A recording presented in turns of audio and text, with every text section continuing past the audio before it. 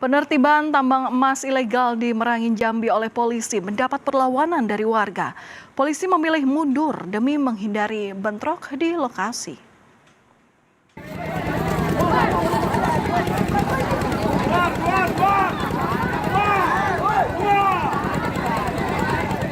Sejumlah warga menghadang polisi yang hendak melakukan penertiban penambangan ilegal di wilayah Tabir Barat, Merangin, Jambi. Mereka meminta polisi untuk meninggalkan kawasan tambang.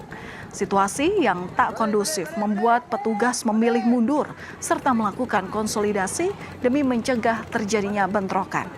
Akibat kondisi tersebut, petugas belum dapat mengamankan pelaku maupun barang bukti di lokasi tambang.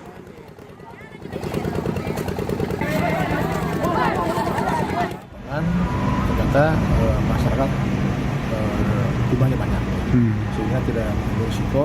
Tim akhirnya kembali untuk melakukan konsolidasi. Tentu nanti kita akan sampaikan lagi kegiatan berikutnya setelah hasil konsolidasi antara Mabes Polri, Barreskrim dengan tim Polres.